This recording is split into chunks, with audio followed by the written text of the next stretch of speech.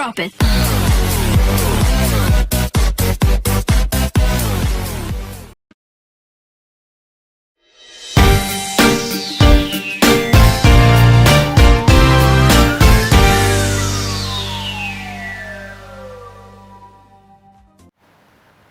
Assalamualaikum warahmatullahi wabarakatuh. Perkenalkan, saya Haris Wandi, peserta Latsar CPNS Angkatan ke-42, kelas Pemerintah Provinsi Kalimantan Utara.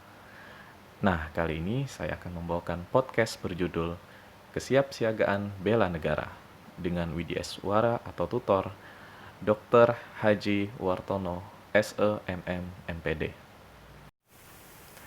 Oke, menjawab pertanyaan apa yang saudara ketahui tentang kesiapsiagaan jasmani dan arti kesehatan? Menurut saya, kesiapsiagaan merupakan serangkaian kemampuan untuk meminimalkan efek samping dari bahaya bencana melalui tindakan pencegahan yang efektif dan tepat waktu. Sedangkan jasmani merupakan tubuh atau badan atau kata lainnya fisik.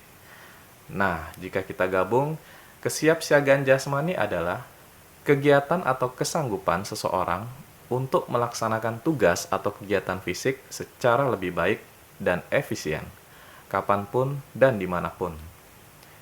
Mungkin teman-teman pernah mendengar istilah mensana in corpore sano. Di dalam tubuh yang kuat, terdapat jiwa yang sehat. Nah, di saat jasmani kuat, di saat itulah seseorang memperoleh kebugaran mental. Oke, pertanyaan selanjutnya, jelaskan manfaat kesiapsiagaan jasmani. Nah, manfaat kesiapsiagaan jasmani yang selalu kita jaga dan pelihara, otomatis kita akan memiliki postur yang baik. Itu yang pertama. Otomatis postur yang baik akan memberikan sebuah wibawa. Yang kedua, kita akan memiliki ketahanan melakukan pekerjaan yang berat dan tidak mengalami kelelahan yang berarti, karena kita memiliki ketahanan yang kuat setelah kesiapsiagaan jasmani. Yang ketiga, kita memiliki ketangkasan yang tinggi, sehingga banyak rintangan pekerjaan yang dapat segera kita atasi. Oke, kita lanjut ke pertanyaan yang ketiga. Apa bentuk latihan dan pengukuran kesiapsiagaan bela negara? Jadi bentuk latihan dan pengukuran kesiapsiagaan bela negara.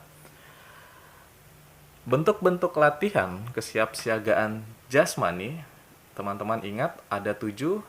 Yang pertama itu lari 12 menit. Contohnya lari keliling lapangan. Yang kedua untuk pria itu ada namanya pull up 10 kali. Dan yang wanita itu ada namanya chaining 20 kali. Yang ketiga itu sit up. Kalau pria itu 35, sedangkan wanita cukup 30 saja. Yang keempat ada push up. Pria 35, wanita masih juga 30 dalam waktu 1 menit.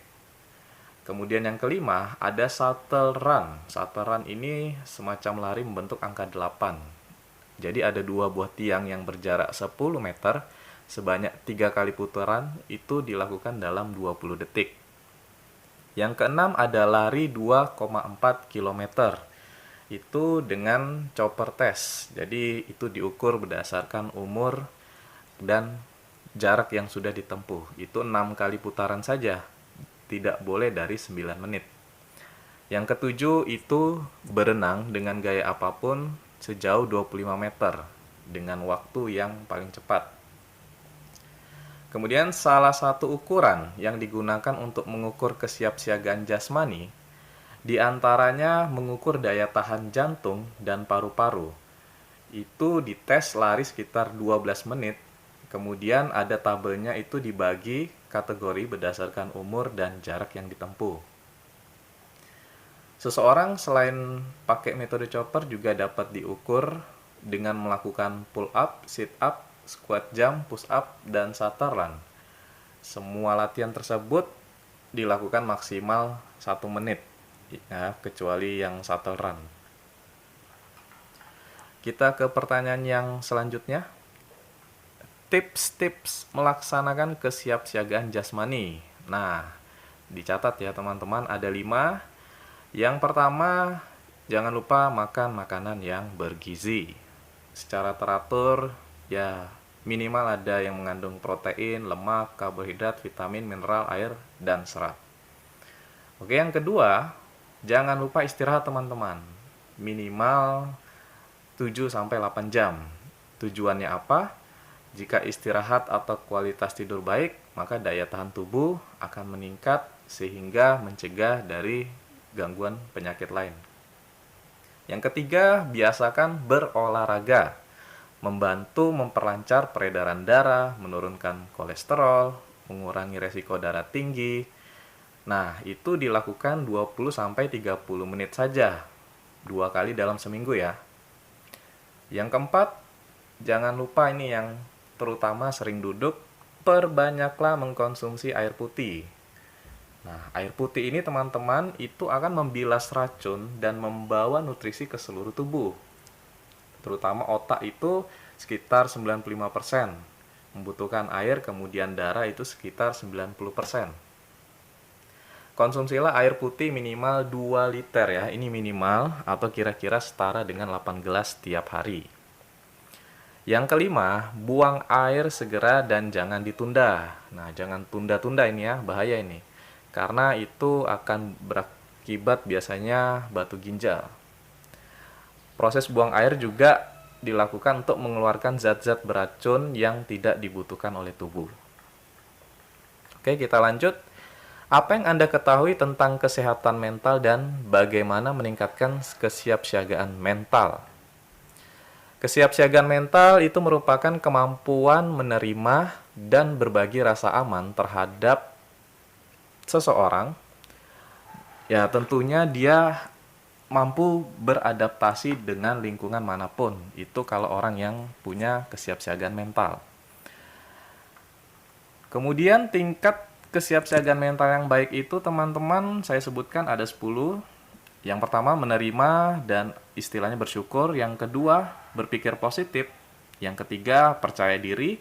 Keempat itu siap menghadapi tantangan apapun. Kelima terbuka, tenang, tidak emosi bila menghadapi masalah. Yang keenam banyak bergaul. Yang ketujuh banyak latihan mengendalikan emosi negatif. Yang kedelapan mampu bersosialisasi. Kesembilan kita menemukan passion atau minat. Yang ke-10 itu kita dengan memiliki keyakinan masing-masing, kita memberikan makna dan tujuan hidup. Oke, ini ada pertanyaan lagi nih. Contoh implementasi kesiapsiagaan mental. Wah, contohnya itu ada 6 ya teman-teman. Yang pertama itu kita berperilaku menurut norma-norma sosial yang diakui. Sikap perilaku kita gunakan untuk menuntun tingkah laku kita. Yang kedua, mengelola emosi dengan baik. Yang ketiga, kita mengembangkan berbagai potensi yang kita miliki.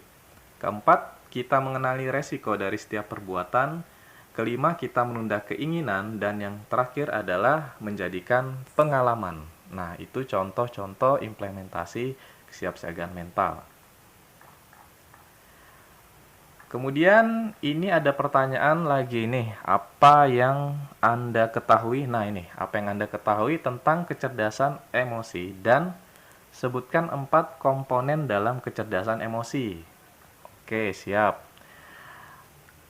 Kita harus tahu dulu emosi ini adalah reaksi terhadap seseorang atau kejadian, bisa takut, sedih, senang, gelisah. Biasanya orang-orang atau wanita ini suka ini yang namanya nonton drakor, pasti itu terbawa emosi. Nah, kecerdasan emosional yang dimaksud sini adalah gabungan dari semua emosional dan kemampuan sosial untuk menghadapi seluruh aspek kehidupan manusia. 4 komponen penting menurut Daniel Goleman, ini bisa dicari bukunya. Yang pertama ada self-awareness. Awareness itu adalah kesadaran. Jadi yang pertama itu adalah kita sadar, kemudian kita pede, itu kecerdasan yang pertama. Yang kedua adalah social awareness. Kecerdasan yang kedua itu kita empati. Yang ketiga, kita self-management, mengontrol diri, mampu beradaptasi. Kecerdasan yang keempat adalah social skill, komunikasi, dan kolaborasi. Oke, ini selanjutnya bagaimana cara meningkatkan kecerdasan emosi. Nah, ini saya kasih tips, ada 4. Yang pertama, berpikirlah sebelum bertindak. Yang kedua, dengarkan orang lain. Yang ketiga, gunakan sudut pandang yang berbeda. Yang keempat, jangan lupa motivasi diri sendiri. Oke, atau istilahnya kita self-talk ya. Kita ngomong memotivasi diri kita sendiri. Selanjutnya ini yang terakhir teman-teman. Contoh tata tempat acara pemerintah pusat dan daerah. Wah, ini ada namanya tata tempat acara. Jadi, itu ada tata tempatnya ya teman-teman. Atau istilahnya keprotokolannya itu ada. Kita harus tahu dulu, tata tempat itu adalah mengandung unsur-unsur siapa yang berhak lebih dahulu, siapa yang mendapat prioritas dalam urutan tata tempat. Jadi nggak boleh sembarangan ya teman-teman. Kalau dalam istilahnya pemerintah pusat dan pemerintah daerah ini ada ketentuan tata tempatnya. Yang pertama itu pada acara kenegaraan atau resmi yang diselenggarakan oleh kementerian atau non-kementerian, diadakan itu apabila dihadiri presiden atau wakil presiden, maka yang wajib mendampinginya itu adalah menteri atau pimpinan lembaga non kementerian ya yang bersangkutan untuk mendampingi presiden. Jadi yang pertama, kalau ada acara kenegaraan keresmian oleh kementerian, itu jika dihadiri presiden, maka menteri atau pimpinan lembaga non-kementeriannya ini yang mewakili. Yang kedua, itu pada acara kenegaraan resmi, itu apabila pemerintah daerah yang mengadakan, maka jika ada presiden atau wakil presiden, wajib didampingi oleh gubernur yang bersangkutan sebagai tuan rumah. Oke, kemudian ini ada tanggapan saudara tentang tanggapan saudara tentang workbook. Ini kebetulan tugas saya dari Pak Haji Wartono.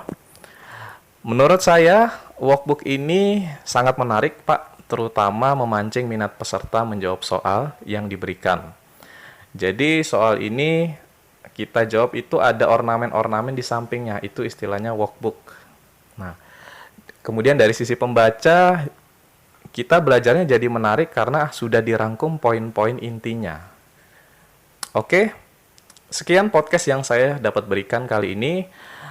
Saya ucapkan terima kasih juga kepada tutor saya, Pak Dr. Haji Wartono, SE, MM, MPD. Terima kasih, Pak. Sekian teman-teman podcast saya, semoga dapat bermanfaat. Sekali lagi, wassalamualaikum warahmatullahi wabarakatuh. Latsar CPNS Angkatan 42, Jaya, Jaya, Jaya, Huha.